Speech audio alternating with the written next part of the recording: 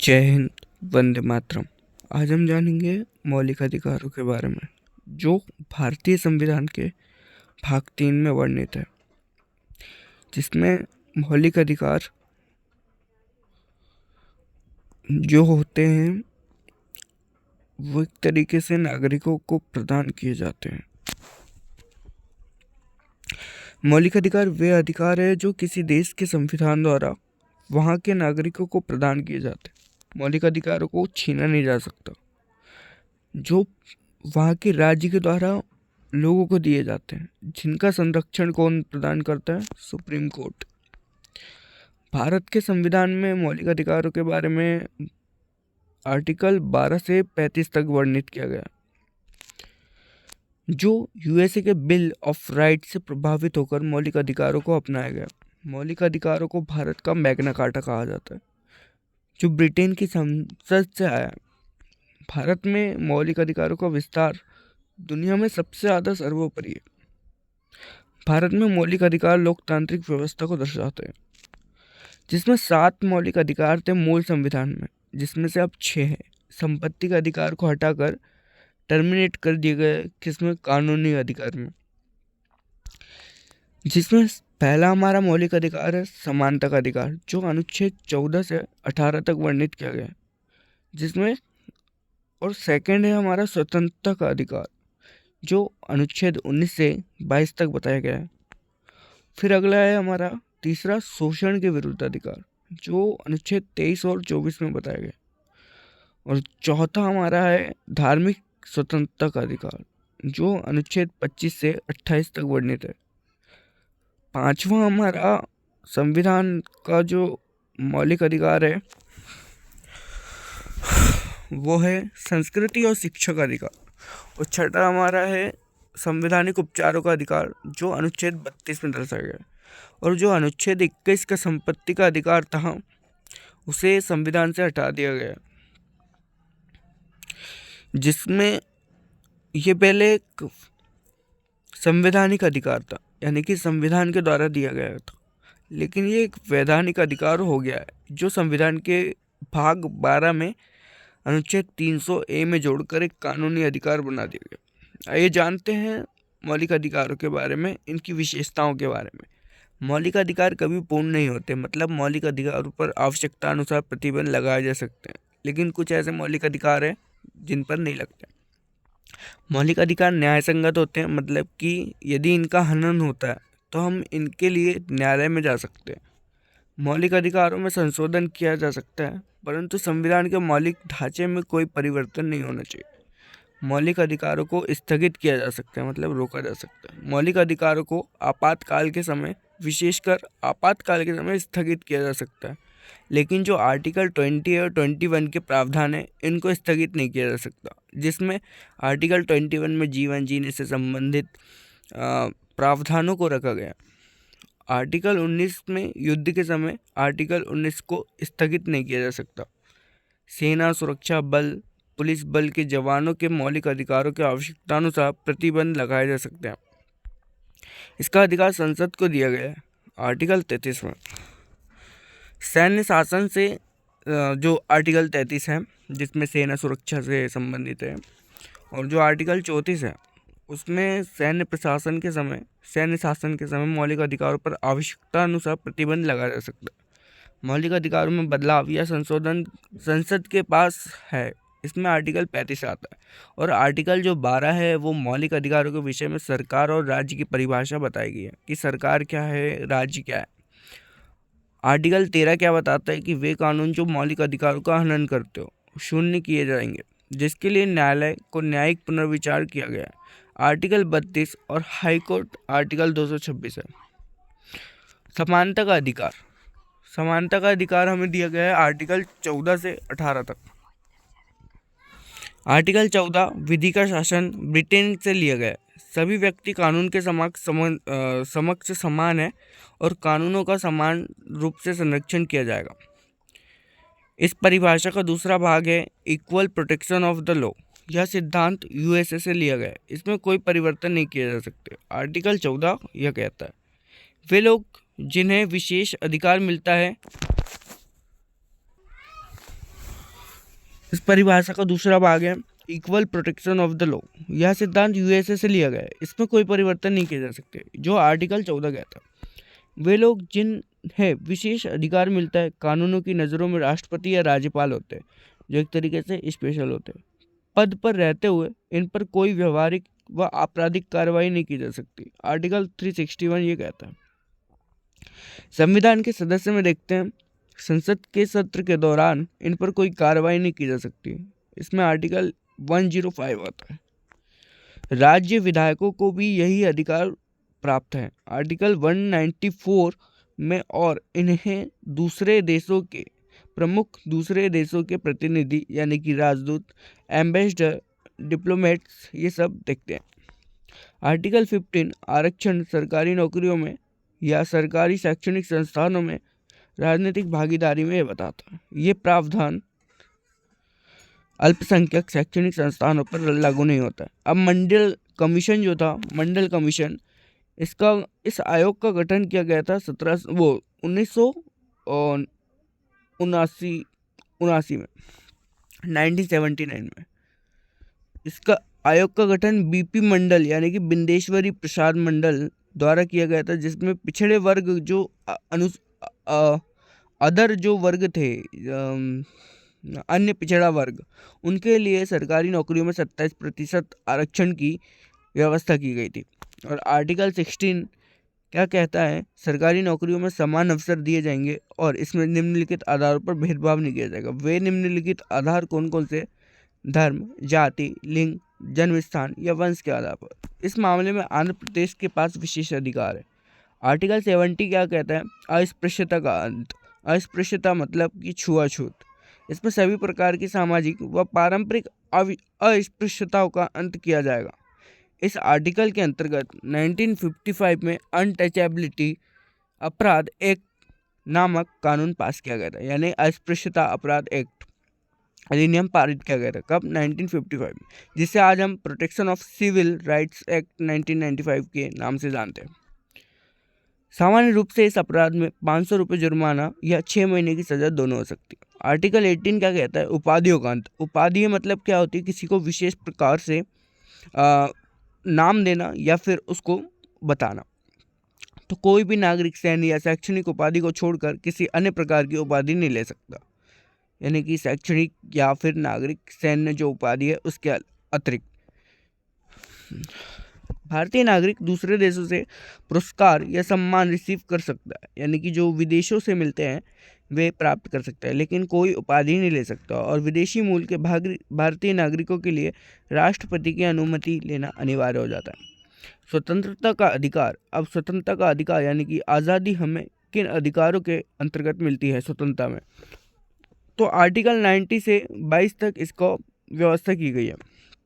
Article 19 के अनुसार अभिव्यक्ति की स्वतंत्रता, मतलब कि अपने विचारों की अभिव्यक्ति कर सकते हैं, हम बोल सकते हैं और विचार व्यक्त कर सकते हैं अपने, यह हमें राइट देता है। लेकिन आर्टिकल 19(1) के तहत जो अभिव्यक्ति का अभी जो एक आज ही शायद सर्वोच्च न्यायालय या फिर आज या कुछ दिनों में सर्वोच्च न्यायालय ने बताया है कि आर्टिकल जो 91 जो है उसमें मौलिक अधिकारों का यदि अभिव्यक्ति किसी अपनी अभिव्यक्ति से किसी को ठेस पहुंच रही है ना, तो उसके जगह से हम सर्वोच्च न्यायालय में अपील दर्ज नहीं कर सकते, क्योंकि हमने अभिव्यक्ति की और किसी सामने वाले की व्यक्ति जो अभिव्यक्ति है उसको ठेस पहुंच रही है। तो सॉरी फॉर द मैं अच्छे से एक्सप्लेन नहीं कर पा रहा क्योंकि शायद मुझे रिकॉल नहीं होगा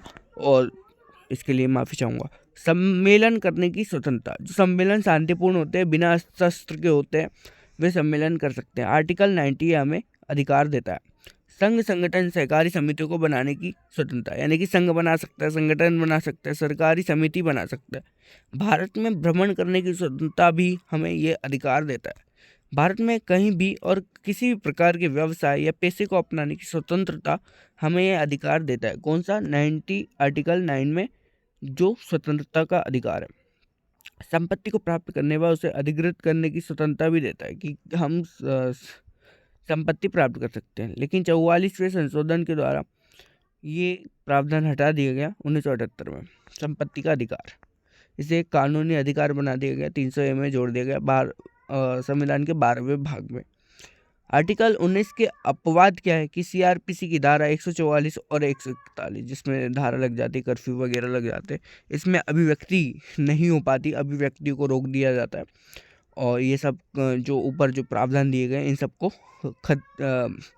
रद्द कर दिया जाता है या फिर इन पर रोक लगाई जाती है। आदिवासी क्षेत्रों में भ्रमण और निवास की छूट नहीं है।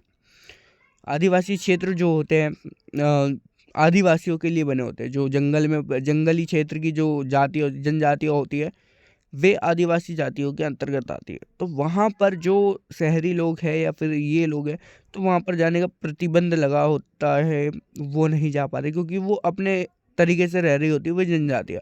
उस पर मानवीय हस्तक्षेप होगा तो फिर उनकी जो जनजातियाँ है वो बिखर सकती है। तो इस तरीके से आदिवासी क्षेत्रों में भ्रमण और निवास की छूट नहीं होती है, वे अपने तरीके से रहें। इस कारण से जानलेवा बीमारियों से ग्रस्त व्यक्ति जैसे एड्स वाले को भी सामान्य भ्रमण की छूट नहीं होती। जैसे एड्स है किसी को या फिर और कोई संक्रामक बीमारी है, तो वह व्यक्ति भ्रमण नहीं कर सकता उतना, कि वह और लोगों को भी प्रॉब्लम करेगा। वह अपने पर्सनल राइट्स की वजह से सोशल राइट्स को प्रॉब्लम में खड़ा कर सकता है। आदतन अपराधी व्यक्ति को भी नहीं है, जो भी आदतन है, मतलब शराब पी रहा है, झगड़ा कर रहा है, झगड़ा दंगा कर रहा है और फिर मारपीट कर रहा है आए दिन, है ना, तो उसको इतनी अभिव्यक्ति नहीं है भ्रमण करने की, ये या उल्टा सीधा बोलने की किसी को, है ना, क्योंकि उसकी आदत है ये। आर्टिकल 20 क्या कहता है? अपराधों के दोष सिद्धि के संबंध में संरक्षण देता है कि अपराध जो हमने किया उसको हम बचाने के लिए कैसे हम उसमें सहयोग कर सकते हैं, किस तरीके से हम अपने आप को प्रोटेक्ट कर सकते हैं, यह हमें स्वतंत्रता का अधिकार देता है आर्टिकल 20। आर्टिकल 19 में हमें हो गया हम अभिव्यक्ति, और क्या हो गया, भ्रमण करने की, व्यवसाय करने की, ये सब स्वतंत्रता हमें 90 में आ गया। अब अपराध से दोष मुक्ति कैसे प्राप्त कर सकते हैं, हम बच कैसे सकते हैं? तो इस आर्टिकल के अनुसार केवल कानून द्वारा निर्धारित दंड ही दिया जाएगा। जो भी कानून, मतलब किसी भी सज़ा को बनाया गया है कोई जुर्म के लिए, तो वही ही सज़ा हमें दी जाएगी, अन्य कोई सज़ा नहीं दी जाएगी। यदि मुझे किसी के हत्या के लिए मुझे फांसी या आजीवन कारावास की सज़ा दी जा रही है, तो मैं केवल वही सज़ा पाऊंगा और अन्य नहीं पाऊंगा कि मुझे कोड़े से मारकर फिर उस तड़वाया जा रहा है। तो बहुत सारी, तो अलग अलग तरीके की होती है, तो अलग अलग कार्यों के लिए अलग अलग जो सजाएं होती है, दंड होते हैं, वे दिए जाते हैं। और इस आर्टिकल के माध्यम से दोषियों के अधिकारियों की बात की जाती है, यानी कि दोषियों के क्या अधिकार होते हैं कि हिरासत में लेने से पहले इसका कारण बताना होगा कि उसने अपराध क्या किया गया है। ऐसे नहीं कि किसी को भी जाकर मतलब गिरफ्तार कर ले रहे हैं, तो सबसे पहले उसे बताना पड़ेगा कि आपको इसके लिए गिरफ्तार किया जाता है, आपने ये काम किया। यदि कोई व्यक्ति की हिरासत ली जा रही है तो वकील से सहायता ले सकता है। जो अपराधी है, चाहे उसने अपराध किया हो अथवा ना किया हो, वह अपने बचाव के लिए वकील की सहायता ले सकता है। यह अपराधी से के लिए स्वतंत्रता का अधिकार है। फिर 24 घंटे के अंतर उसे मजिस्ट्रेट यानी कि न्यायाधीश के सामने प्रस्तुत करना होगा। यात्रा के समय को छोड़ना होगा। जो भी यात्रा का समय हमें लग रहा है, जैसे कि किसी ने कोई यहाँ का अपराधी और वो मुंबई में जाकर प्राप्त हुआ है ना, वो जाकर हिरासत में लिया गया, तो उसे 24 घंटे के अंदर मजिस्ट्रेट के सामने पेश करना होगा। जब यदि मुंबई से दिल्ली की यात्रा में टाइम लग रहा है, तो वो टाइम को काउंट नहीं किया जाएगा, बाकी टाइम को काउंट किया जाएगा। जहाँ क्राइम की हो वहीं केस चलेगा। यदि किसी व्यक्ति ने गुजरात में क्राइम किया है तो केस वहीं चलेगा। जैसे आज भी कोई छोटा मोटा दंगा हो जाता है तो वह केस वहीं जाता है जहाँ पर उस एरिया का अंडर में थाना आता है, तो ऐसा केस चल रहा है। और कानून द्वारा जो सज़ा प्रस्तुत है उससे ज़्यादा सज़ा नहीं दी जाएगी, है ना। तो ये आर्टिकल हमें ये स्वतंत्रता देता है, यानी कि दोषियों को स्वतंत्रता देता है ये अधिकार। और डबल जियोपैडी नहीं दी जाएगी, मतलब किसी भी एक जुर्म किया है उसके लिए डबल सज़ा नहीं दी जाएगी। उसी के लिए एक ही जुर्म के लिए 2 सज़ा नहीं दी जा सकती एक जुर्म के लिए, ठीक है। तो कानून बनाने से पहले जो कानून बने हैं वो कानून नहीं आएंगे और उसके अंदर में रहेंगे। किसी भी व्यक्ति को किसी के खिलाफ गवाही देने पर मजबूर नहीं किया जाएगा। जो भी मतलब ये हमें स्वतंत्रता का अधिकार देता है। आर्टिकल 19 के तहत हमने देख लिया, फिर 19 से 20 तक, तो ये 20 वाले में हमने ये देखा दोष मुक्ति वाला, है ना।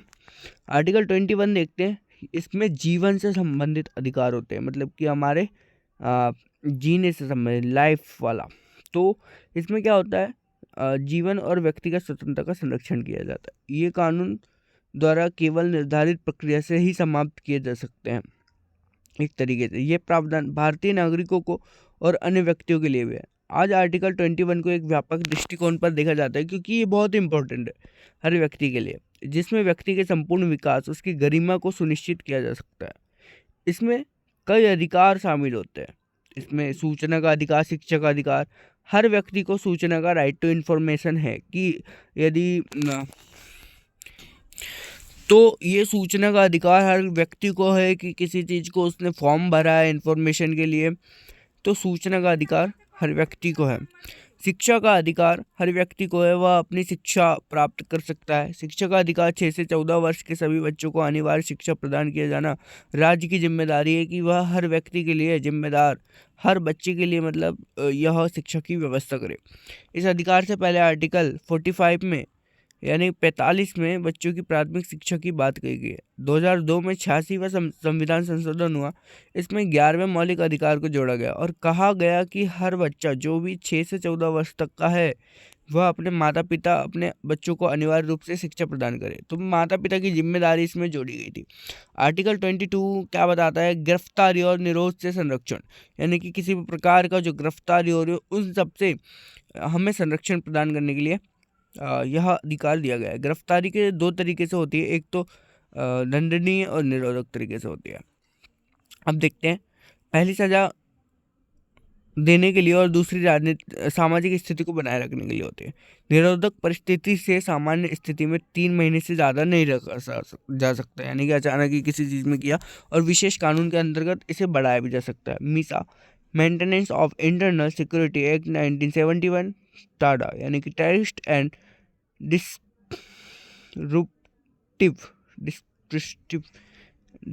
मेरे को इंग्लिश उतरनी नहीं आती, इसके लिए क्षमा करिएगा। Disruptive activities act 1985 POTA, prevention of terrorist activities act 2002। अब शोषण के विरुद्ध अधिकार देखते हैं हम, यानी कि हमारा जो शोषण होता है, शोषण एक प्रकार के किसी व्यक्ति का मानसिक, शारीरिक या फिर किसी भी प्रकार से उसका दुरुपयोग करना या फिर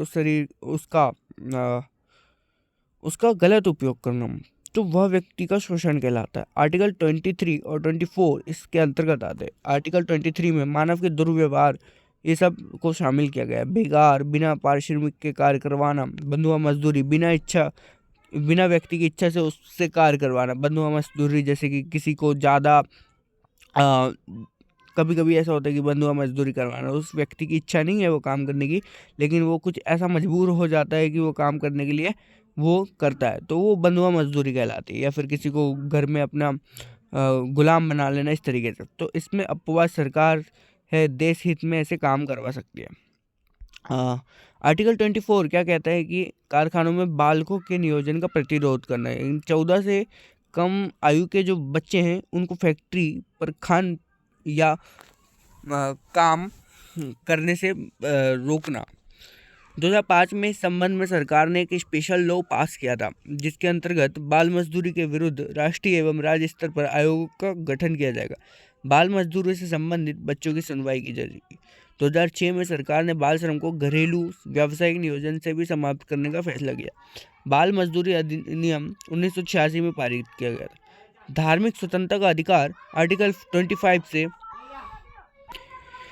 28 तक बताया गया है। इसमें धार्मिक स्वतंत्रता यानी कि किसी भी व्यक्ति को अपने धर्म का पालन करने, उसका प्रचार प्रसार करने तथा अपने धर्म की संस्कृति को अपनाने का अधिकार दिया गया है। इसमें आर्टिकल 25 में बताता है अंतःकरण की और धर्म की अबाध्य रूप से मानना, यानी कि किसी भी प्रकार का बाध्य नहीं होना, और उसका आचरण और प्रचार की स्वतंत्रता ये देता है। अंतःकरण का अधिकार या स्वतंत्रता, इसका मतलब ये होता है कि अपने भगवान के समक्ष उससे संबंध को परिभाषित करता है कि वह व्यक्ति, यदि कोई हिंदू है तो अपने आराध्य को स्वीकार कर सकता है, वह किसी भी अधिकार आराध्य को अपने मान सकता है।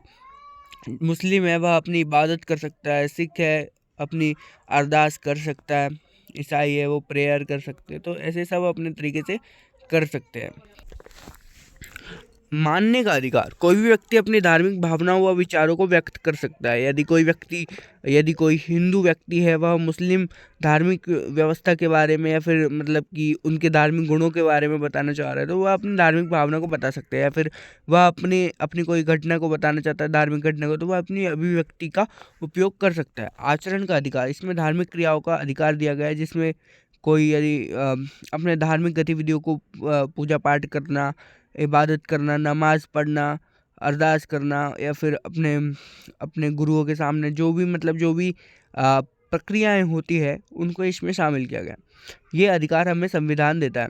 प्रचार का अधिकार, इसमें कोई भी व्यक्ति अपनी धार्मिक भावनाओं को प्रसार कर सकता है। अब आर्टिकल 25 में एक और जोड़ा है जो न्यायालय में, जैसे कि 19 में जोड़ा गया है कि किसी की अभिव्यक्ति, 19(1) में जो अभिव्यक्ति यदि गलत तरीके से अभिव्यक्ति का उपयोग कर रहे हैं हम लोग किसी की भावना को ठेस पहुंचाकर, तो उसके जरिए हम सर्वोच्च न्यायालय पर मांग नहीं कर सकते किसी भी चीज़ की न्याय की, कि हमने हमारी अभिव्यक्ति ये करा वो करा, है ना।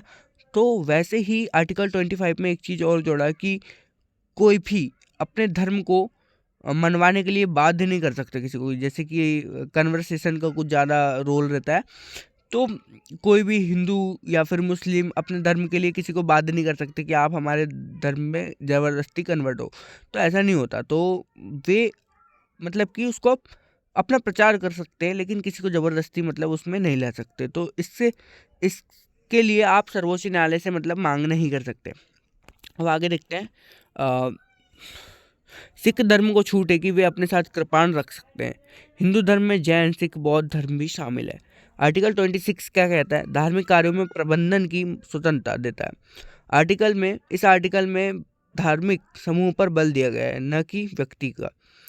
धार्मिक समूह मतलब कि इसमें पूरा धार्मिक समूह को इसमें शामिल किया गया। धार्मिक संस्थान की स्थापना और उसके संचालन का अधिकार दिया गया है। जो भी धार्मिक संचालन, उसकी स्थापना करना, वो बनाना, संगठन बनाना इस तरीके से, और उसको चलाना, ये अधिकार हमें आर्टिकल 26 देता है। और आर्टिकल 26 के अंतर्गत ही इसमें चल व अचल संपत्ति का उपयोग किया जा सकता है। इन संपत्तियों के प्रबंधन का अधिकार है। आर्टिकल 27 यानी कि आर्टिकल 25 से धार्मिक स्वतंत्रता का 28 तक बताता है। तो और आर्टिकल 27 क्या बताता है?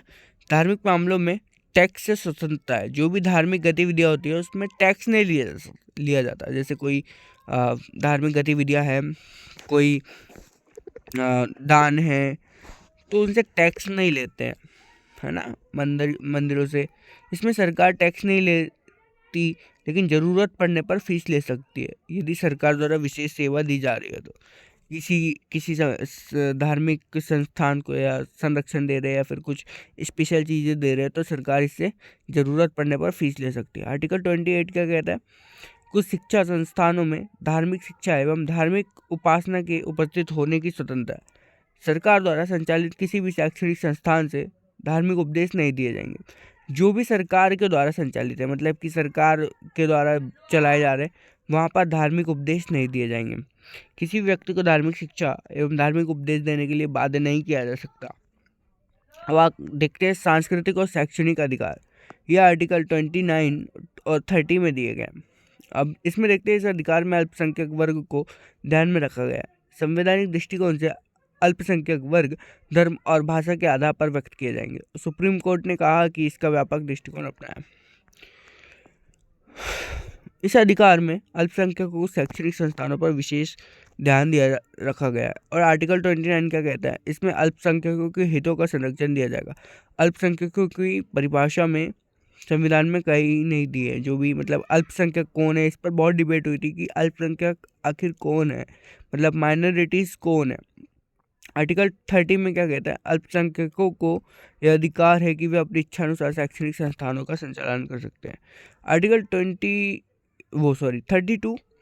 जो है संवैधानिक उपचारों का अधिकार, मतलब किसी भी मौलिक अधिकार का हनन हमारा हो रहा है, तो हम उसके लिए सर्वोच्च न्यायालय या उच्च न्यायालय में हम मांग कर सकते हैं, अपील दर्ज कर सकते हैं और अपने संविधानों का मौलिक अधिकारों का संरक्षण हम प्राप्त कर सकते हैं। ये इस अधिकार में मौलिक अधिकारों के संरक्षण का अधिकार दिया गया है।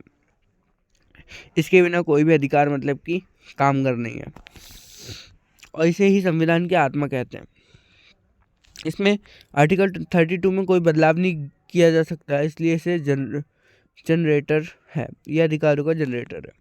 मौलिक अधिकारों के संरक्षण के लिए सुप्रीम कोर्ट और हाई कोर्ट में राइट्स जारी किए गए। रिट्स, जो भी रिट्स होते हैं, बंदी प्रत्यक्षीकरण, उत्प्रेक्षण और भी होते हैं, परमादेश जारी करना, इस तरह की रिट्स होती है।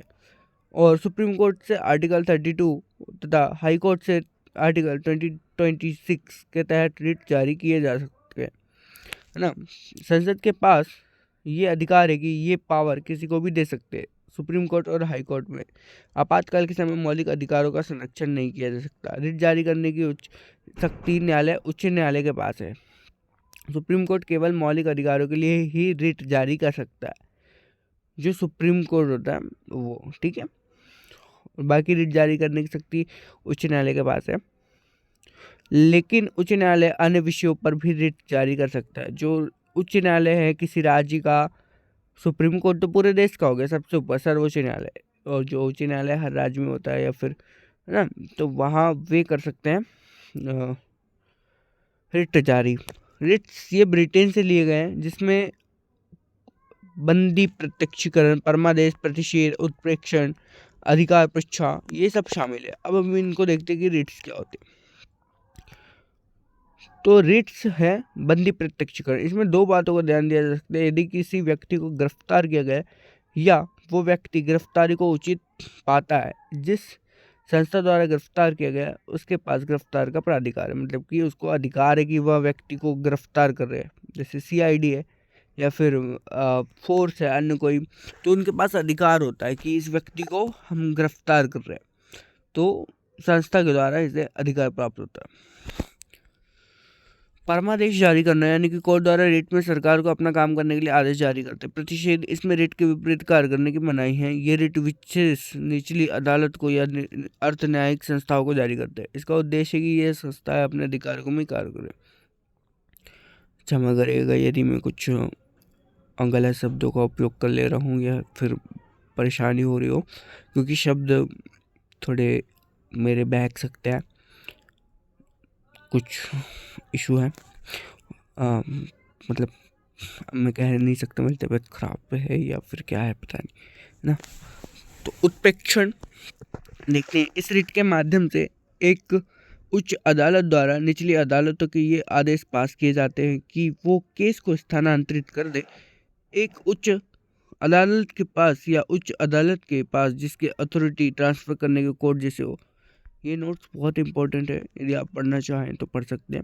अधिकार परीक्षा, किसके अधिकार से? इस रिट के द्वारा सुनिश्चित किया जाता है कि कोई सरकारी पद नियुक्त व्यक्ति उस पद के लिए वास्तविक अधिकारी है या उस पद के लिए योग्य है। आर्टिकल 33 ये सब देखते हैं। इस अधिकार में सैन्य बल और सुरक्षा के जवानों के मौलिक अधिकारों का सीमाओं का वर्णन किया है, जिसमें army, navy, air force, police force, intelligence force आदि चालू है। आर्टिकल 34 इस आर्टिकल में सैन्य शासन से संबंधित मौलिक अधिकारों की सीमाओं को तय किया गया है और संसद के पास शक्ति है। आर्टिकल 25 मौलिक अधिकारों में कोई भी परिवर्तन करने को इसकी शक्ति संसद के पास है। अब मौलिक अधिकारों का संरक्षक कौन है? Supreme court. जय हिंद, जय भारत। अगले में देखेंगे मौलिक कर्तव्यों के बारे में और आज के नीति निर्देशक सिद्धांतों के बारे में।